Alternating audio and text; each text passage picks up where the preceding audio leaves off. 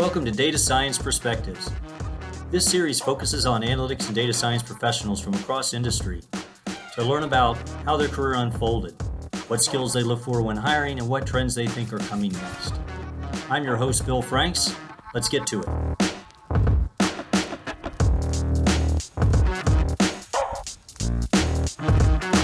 Welcome to this episode of Data Science Perspectives. I'm your host, Bill Franks.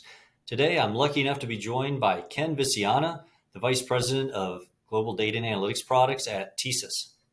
I first met Ken probably about a decade ago when he was at Equifax, and we've continued to bump into each other at local Atlanta events ever since, and we've just enjoyed keeping in touch. He obviously has a strong background in data analytics, with a heavy emphasis as early years on the data side. His career has been focused on the financial services from the start, and he's touched a variety of aspects. He began on the brokerage side with Fidelity and ING. He moved over to the banking side with Suntrust, now Truist. And in his recent years, he was at Equifax, Fiserv, and TSYS, all of whom are in the Fintech and service provider side. Outside of his day job, he's always made a point to give back to the community. And in fact, he's been the head of the Data Governance Society for the Technology Association of Georgia for close to 10 years now. He's also quite prolific on social media with a steady stream of content on LinkedIn if you've never checked it out. He's got a bachelor's in finance from Bentley University. And with that, let's welcome Ken to the show.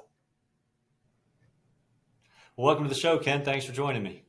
Hey, thanks for having me, Bill. I'm looking forward to it.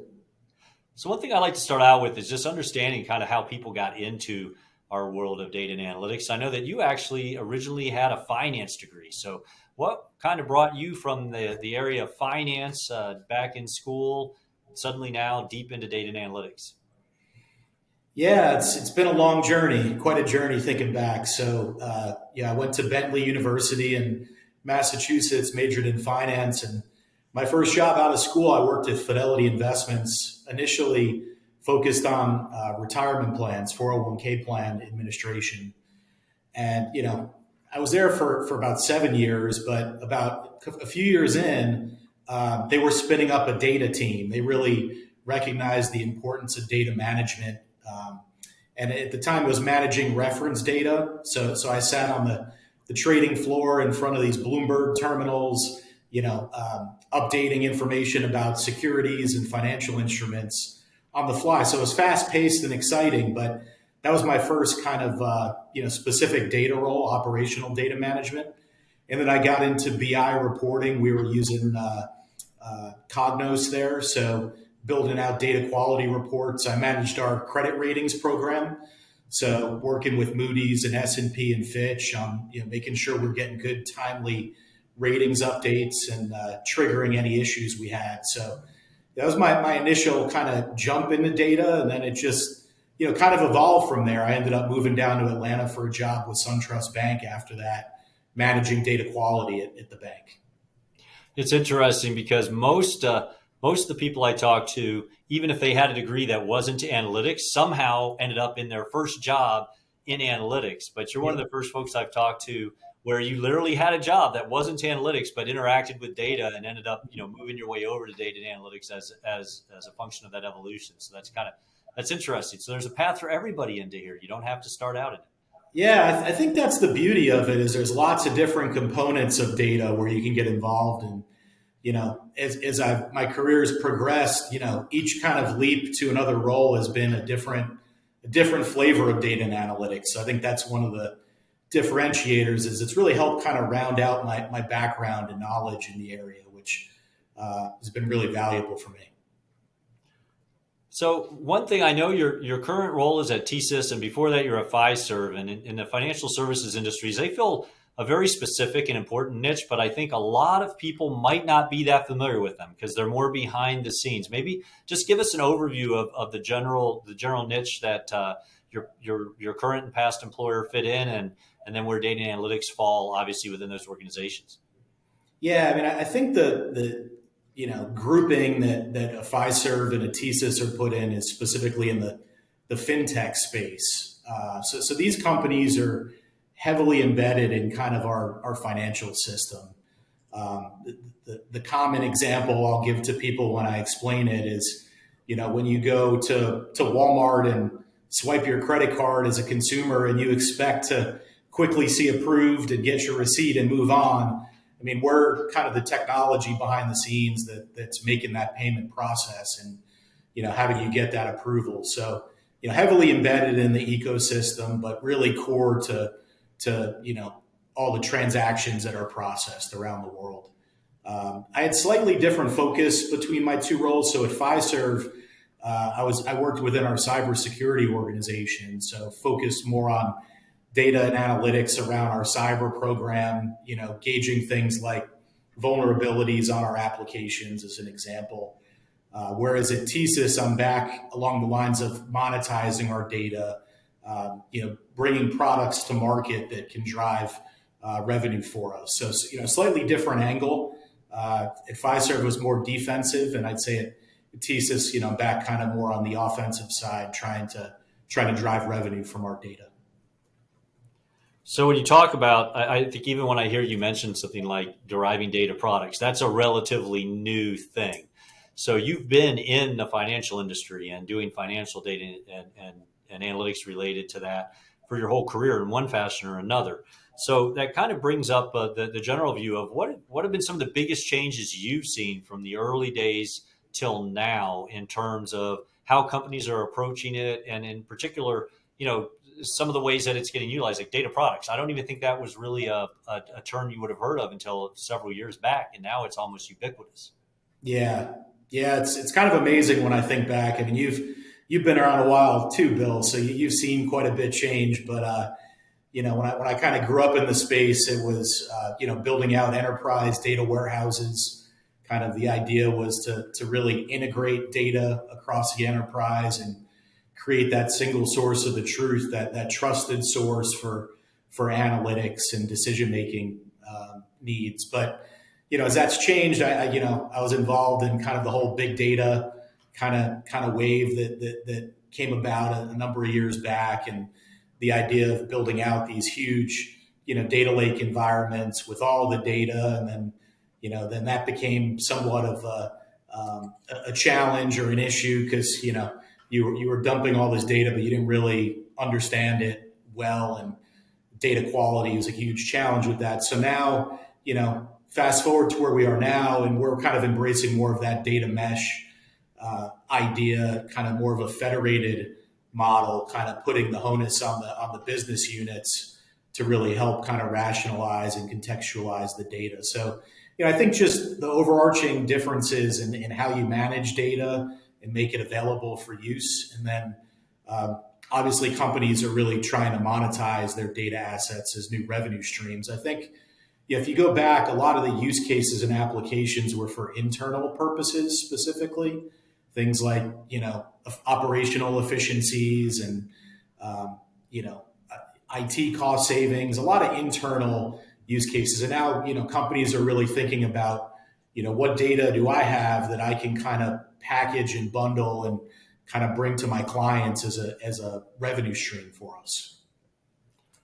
Yeah, when all of that then gets to be a situation where security, governance, all of that becomes more important than ever, right? Because it's now leaving your walls potentially, at least in some fashion, and typically aggregated. But as you've seen the management of data evolve, what are some of the aspects, having seen it at multiple different companies, both those you've worked for, but I know you've worked with companies in partnership from multiple of those roles. What are a couple of things you think are most crucial to success with data management today? So I think data quality is a challenge in most places, right? And some people, have different definitions of data quality. I always define it as, is the data fit for use? It doesn't mean the data is perfect, but is it suitable for kind of whatever you're trying to accomplish with the data?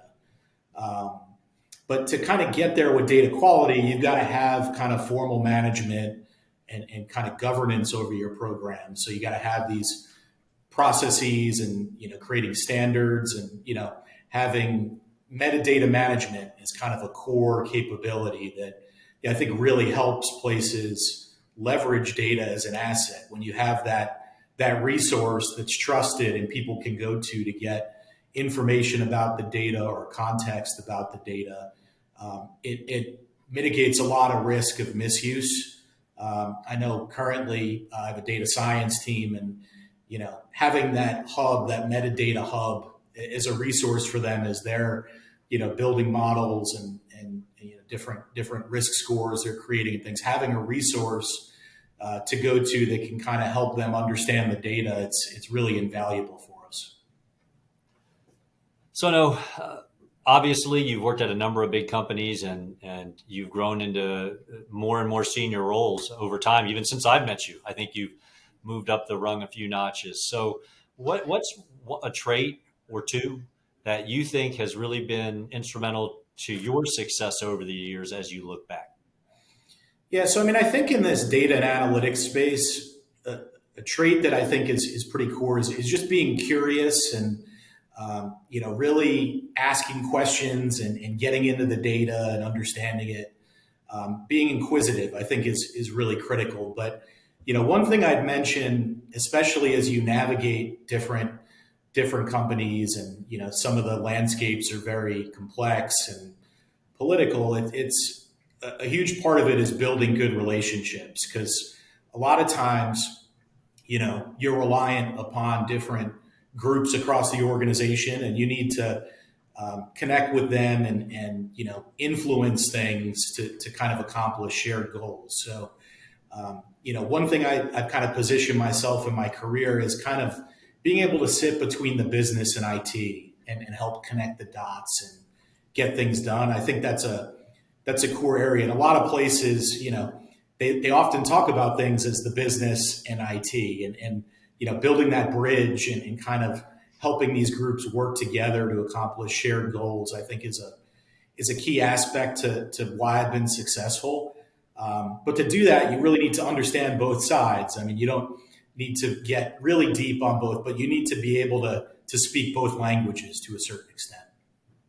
Yeah, the way you word it when you talk about curious and inquisitive, you can ask great questions and even come up with great answers. But basically, if no one wants to talk to you about them because they either don't trust you, don't like you, or don't know that you exist, it's not going to do any good, right? You've got to go out and be able to get the ear of those right people to say, hey, I asked this question, I have this answer, and you need to know what I found, and have them go, oh man, Ken, come on in, let's talk. I can't wait to hear about it. Yep. Yeah, and I think influence, it's how you approach people and kind of they get skin in the game as well, right? It's how you approach these conversations and kind of get things prioritized and get people who aren't explicitly in your org kind of on board with the agenda, right? That's there's no, it's more of an art than a science, I would say. And having that, ability to connect with people is really important.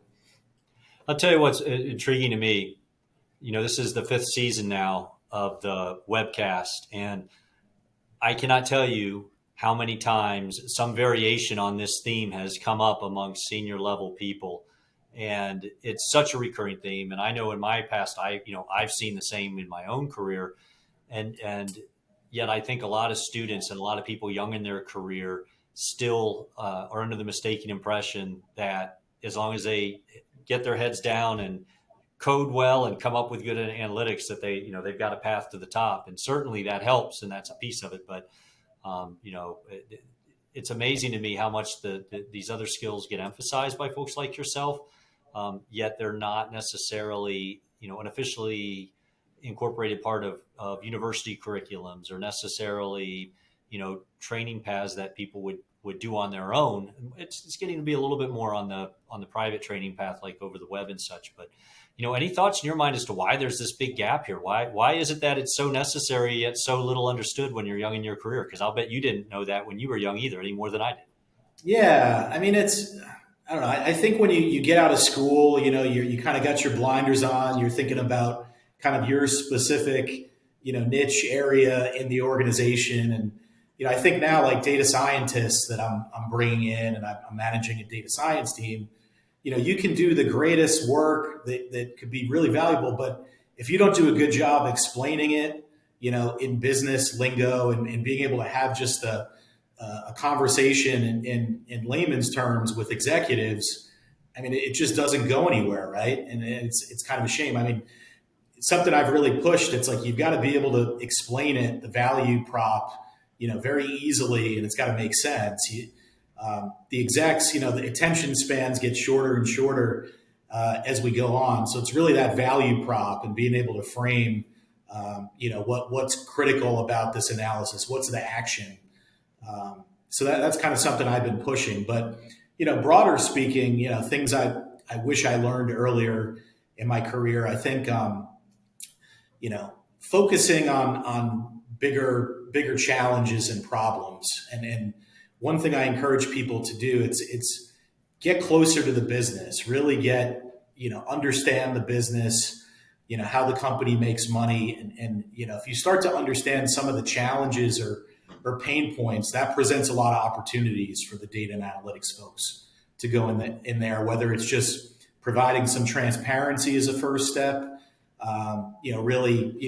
basic kind of reporting capabilities are a challenge in places. But, as your program evolves, starting to predict future activities, I mean, that's really where, everyone wants to be, forward thinking and moving the needle in that direction. So, early in my career, I think, you come into a job, you're excited, and you very easily get trapped in the weeds. So really thinking bigger picture, bigger problems that the organization faces and how you can help kind of push the ball forward. The other thing is, you got to realize not everybody knows everything, right? When you come in new to a company, you often think, wow, this person's been here for 20 years. They probably know everything. They have a lot of institutional knowledge, but, you realize as you get older, not everybody knows everything. And it's important to keep that in mind as you go. One thing I've noticed with you, compared especially to a lot of data analytics folks who tend to be a little more introverted, you're pretty active on social media, LinkedIn and so forth. I think, isn't your handle Viciana Data? Yes. Hashtag you use a lot. So I guess what got you started in being active in social media, and what are some of the benefits that you think you've received from that effort, right? Because it certainly takes effort. It's not like you just snap your fingers and get good posts and get people to listen to what you have to say. Yeah, so it was probably about 12 years ago. I kind of, LinkedIn was starting to take off, and, at the time it was just kind of building an online resume. And the premise was this could help you navigate your career, having your presence out there. But, as LinkedIn evolved, and then I think Twitter is when, kind of social media and branding really took off with the hashtag. So, it was probably about 2012. I was kind of at a point in my career, I was debating, do I want to go back to school for something specific, an MBA or any type of certifications? And I said, you know what, I'm really going to jump in this, public speaking, going to events, learning more about the industry, trying to meet leaders in the industry. And my approach with that was speaking and getting invited to events, but it was also posting on social media, following, influencers in the space, meeting a lot of people, both in person and through social media. And I couldn't imagine how much it's taken off or really helped my career. But, I will say my last few jobs have kind of come through my network, which I owe a lot of kind of the strong network I built to social media, right? There's a lot of people, frankly, I've never really sat in a room with and met face to face, but I interact with so regularly on social media. So, it's definitely opened doors for my own career. And, I've realized, and especially like when you get to a certain level, you're going to find your next opportunity through your network, and social media is a core component of that. So, if you're not out on social media or putting in the time or the work, I recommend you do that, because having that network is huge as you kind of progress in your career. Yeah, it's interesting. I think in the case of you and me, I don't believe we met through social. I think we actually met because we're both local in Atlanta, met at some events, but it's the same principle, right? We each make a point to get out there, go to these events and get to know folks. And, it just happens. I see you, I get introduced to you at one and we say hi, and then I see you again the next time and we chat a little bit. And I see you a third time. Next thing you know, we're having a conversation, right? And here we are, years later, we're having this conversation. It is always a little strange. Like, you'll end up at an event. I was down at one in Florida recently, and somebody pulls you aside at breakfast and says, hey, I've been following you for years. It's a little creepy at first, but you start to realize that's just the world we live in now. So, Yeah, well, tied to this whole thing, and speaking of events, you get involved in a lot of organizations too. I know here, Technology Association of Georgia, you help run one of their councils. You're on the Advanta Inner Circle. Why are things like those important to you, and what's your motivation in getting involved in those? Because I think when you just look at the amount of people in them compared to the amount of people in the industry, it's small yeah. as a percentage. I don't think many people take advantage of these things. So, what's your angle on those? Yeah, so those are Atlanta-based organizations that I'm involved with, and Atlanta's kind of unique in the U.S. I feel like we have a very strong data and analytics and IT environment. So, I like to really stay connected with my peers in Atlanta. It gives me the opportunity to do that. So it's building my network. Having that FaceTime with people here in Atlanta is really really important to me. But it's also staying current on the industry happenings. I mean, I think Avanta specifically, that's the CDO governing body I'm involved with. And, we're always talking about kind of what's new in the industry, latest and greatest. And, there's a lot of collaboration and knowledge sharing in that forum, which I really get a lot of value out of. But, it's continuing to learn, staying current on the industry is really important. And it's continuing to build my network. So you mentioned social media, but I mean, there's also the in-person events, and I'm on the board chair for the Tag Data Governance Society, and I'm on the board for Avanta. So I think it's important to stay involved with specific organizations as well. Well, it's interesting too. I know. Well, I gave a talk at the One Event thing last December. If you remember, I think it was the first in-person event many of us have been to in a while. But I walked in the room and I probably knew well over half the people, like personally, Yeah. I know you, and I know you're similar. And I guess I would just throw out, especially for folks that are younger in their career, it can be awkward to go to some of these things when you haven't been there before. You don't know anybody, and it's kind of intimidating. But if you go and you get to know the folks, over time, those same people, especially if you stay in the same market, like we've both been in Atlanta, you start to see the same people again and again. You get to know them, and to your point, there's a large number of people that if I hadn't gone to these events, I wouldn't know them well enough. Like I know you now. If I needed career advice or hired whatever, I would be comfortable reaching out on LinkedIn or giving you a quick call, and I know you would do the same with me. But that's just because we bumped into each other enough over the years, and it takes that initial discomfort of being there when you don't know anybody to push through. And I know as myself, I'm a little more on the introverted than extroverted side. I do a good job of faking it, I think, at times. Yeah, you do. Yeah. But it's you got to put in that effort, and it will pay dividends. And I think some of what you've just talked about is examples of that. Yeah, I think that the real hidden value is as you build those relationships and that credibility. Like you said, it's right now I'm trying to hire a couple roles, and I go to my network and I reach out to people I know who I trust, for feedback. If they know candidates, that's kind of one area. Or it could be, I kind of ran into this roadblock at work. Like, is this something you've encountered, or is there a technology, you would recommend in this scenario? So, I mean, a lot of different hidden kind of value points in your network that, I think a lot of people don't realize, but you do have to put in the time to build those relationships. Yeah, and specifically, this means possibly saying, you know what, I'm going to have to skip dinner with the family to go to this event for an hour or two and mingle, right? It's not always convenient.